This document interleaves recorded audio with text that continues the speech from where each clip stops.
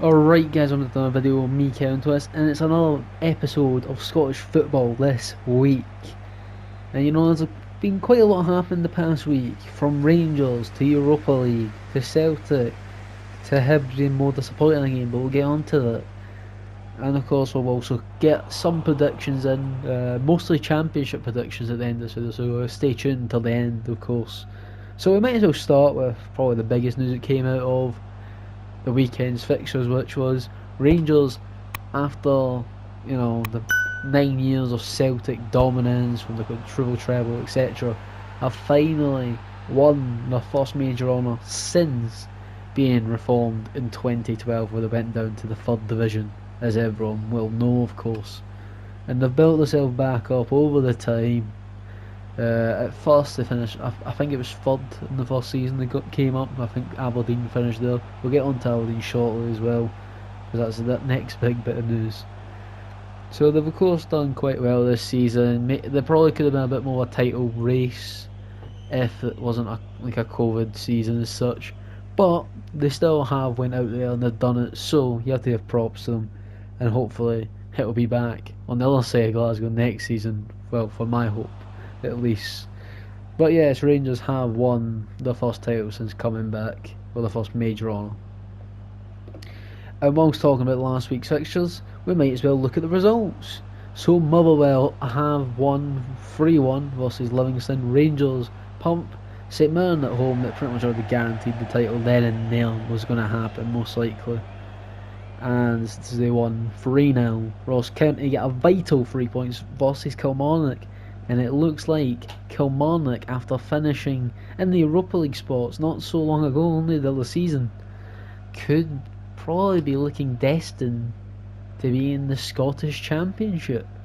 That's big, Kilmarnock's a decent sized team in Scotland, and also we're going to lose another decent sized team like we did with Hearts last season to the Championship. So it looks like it's probably going to be Hearts up and Kilmarnock down, as the way it stands. I think Yogi might keep them up. That's John Hughes, if you don't understand it anymore. But Hamilton, they just don't go down, do they? It's just Hamilton. They don't know what relegation is at this point. They're allergic to it. And as you can tell, that as they got a 0-0 away at Pittodrie, which leads on to more Aberdeen news once we go through the other fixtures. St Johnstone beat Hibs, which is another disappointing result for the Leaf team. They should probably be beating them, but St Johnstone are a decent team, to be fair. But we have to give props to St Johnstone.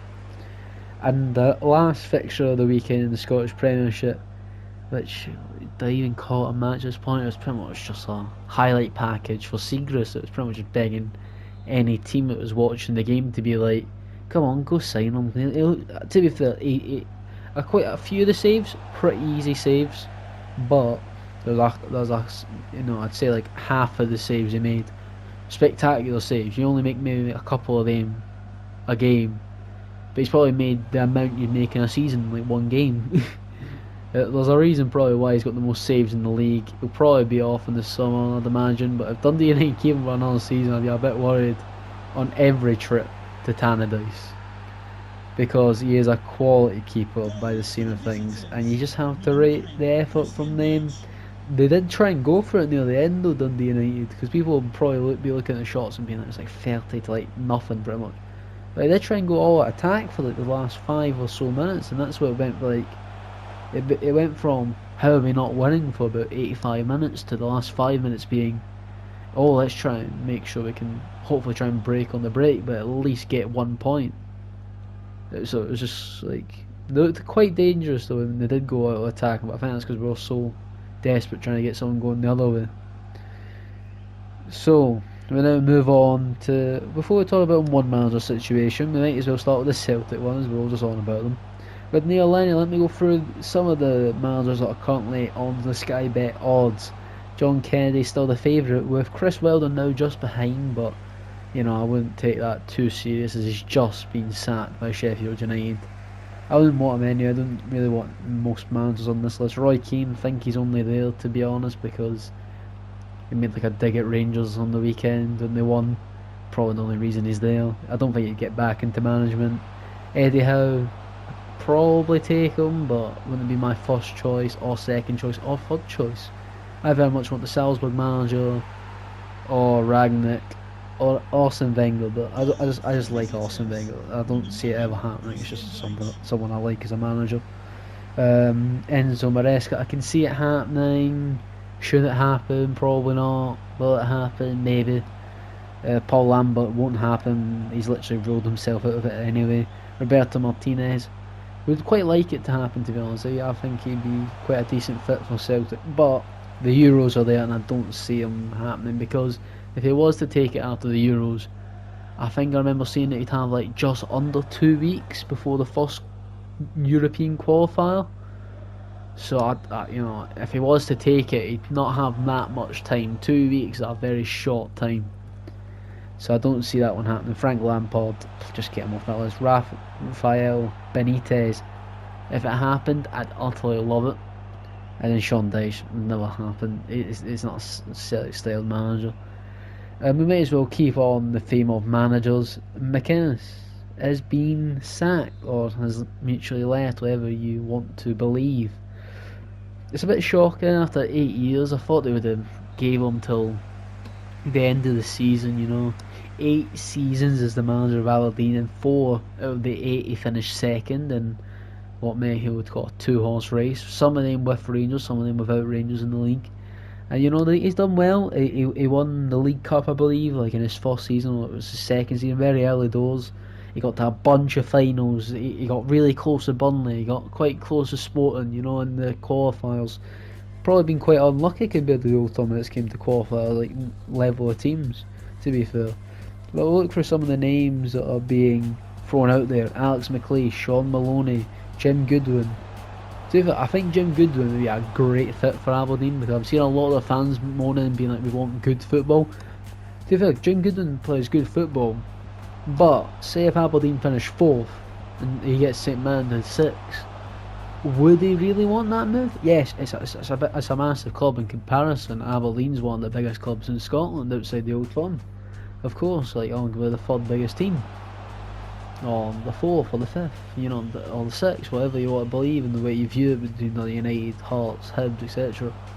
So, it would be a great upgrade. I think, realistically, that's probably what most fans would want, in my eyes, when they're thinking of good football.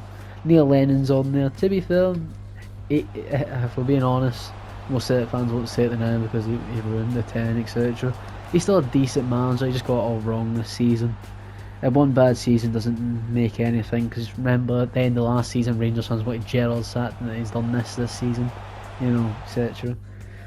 Darren Fletcher's on the list. I mean, he's literally just got an upgrade and role at Manchester United. That's never going to happen.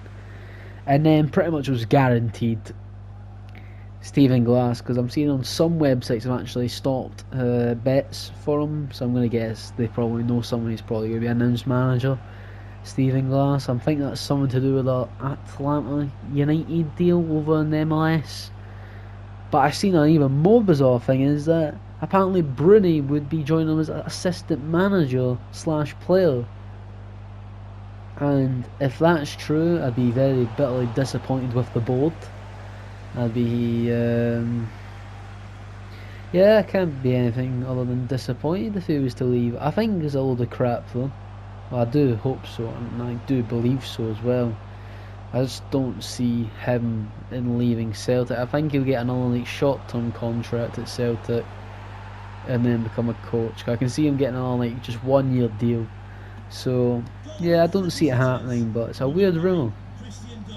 And now we might as well move on to you'll probably know what's happening if you pay attention to Scottish football Twitter. Is one Celtic fan decided to take the one title joke, because Rangers got reformed, so technically it's a new club, but technically it's the same club, whatever you believe. And they've obviously ran with the joke, seen that of course Rangers celebrating what they believe to be their 55th title, depending on what team you support, you believe different.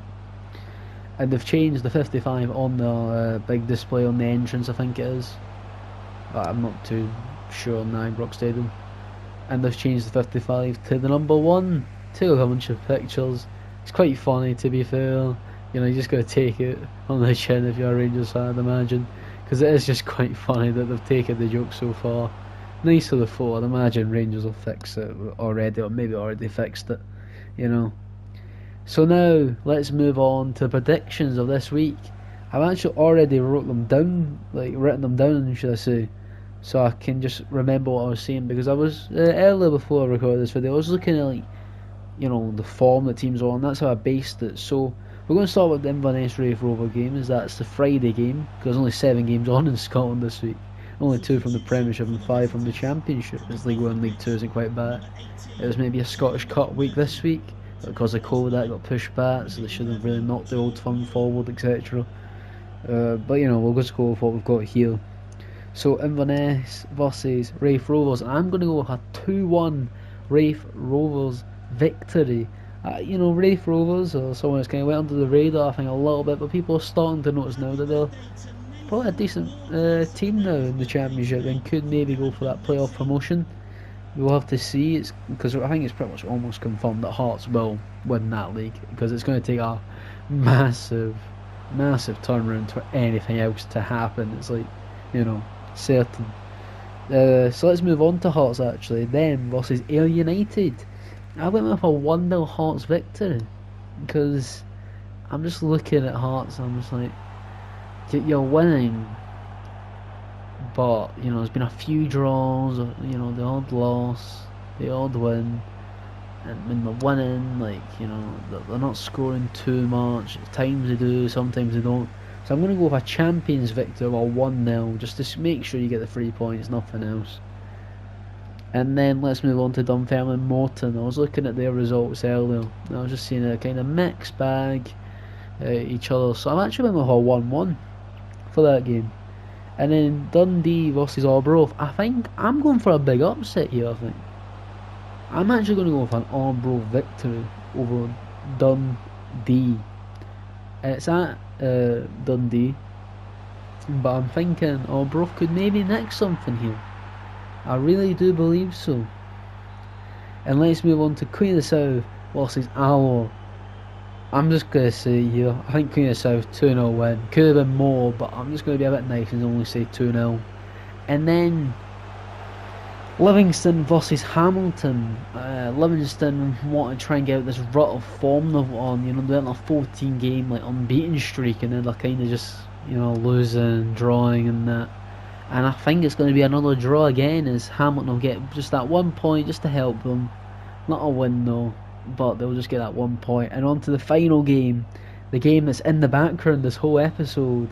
Hibs versus County. I keep switching between a Hibs win, a County win, but I'm actually going to go with a 2-2 draw. And that's the prediction for this week. That's the show this week, and I'll see you guys next time. Goodbye.